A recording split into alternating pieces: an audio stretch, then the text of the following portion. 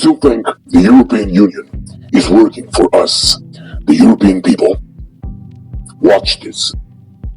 Because I think it's time to bail out.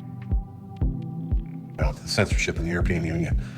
Censorship that was pushed by unelected leaders. And a lot of Europeans got a little bit upset at me and they asked, hey, why are you sticking your nose into EU issues? Of course our leaders are elected. Well, I'll skip the insults because there were plenty. But here's the reality. I've lived in 8 European countries over the last 37 years. I've advised governments, politicians, parties, and I've worked inside the system. So this isn't me sticking my nose in. This was my life. Now, I'll explain very simply how the EU government actually works. There are 3 bodies that matter. First, the European Parliament, 720 members, elected by citizens of each EU nation. Sounds democratic so far, right? Well, here's the problem. Parliament can't propose laws. 0, none. Second, you have the European Commission. They're not elected, they're appointed.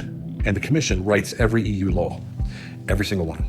Third, you have the Council of the European Union, made up of national ministers. They're not elected by the EU citizens as a body either. The Council decides whether laws pass. Now listen carefully, this is where people got really emotional.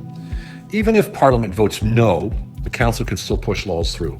If Parliament ejects again, doesn't matter. The Council can do what it wants.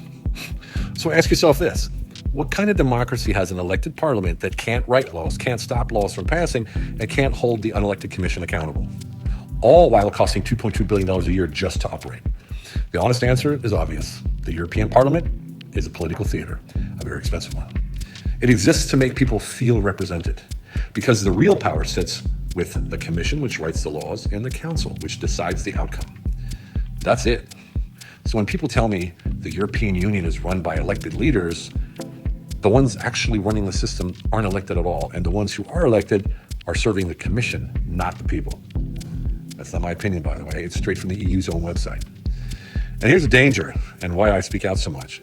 In much of Europe, citizens can no longer decide their own fate unless countries openly defy unelected authority. And that's why you're seeing pushback from places like Hungary, Italy, Slovakia, and others. Not because they're extreme, but because people can feel when their voice no longer matters.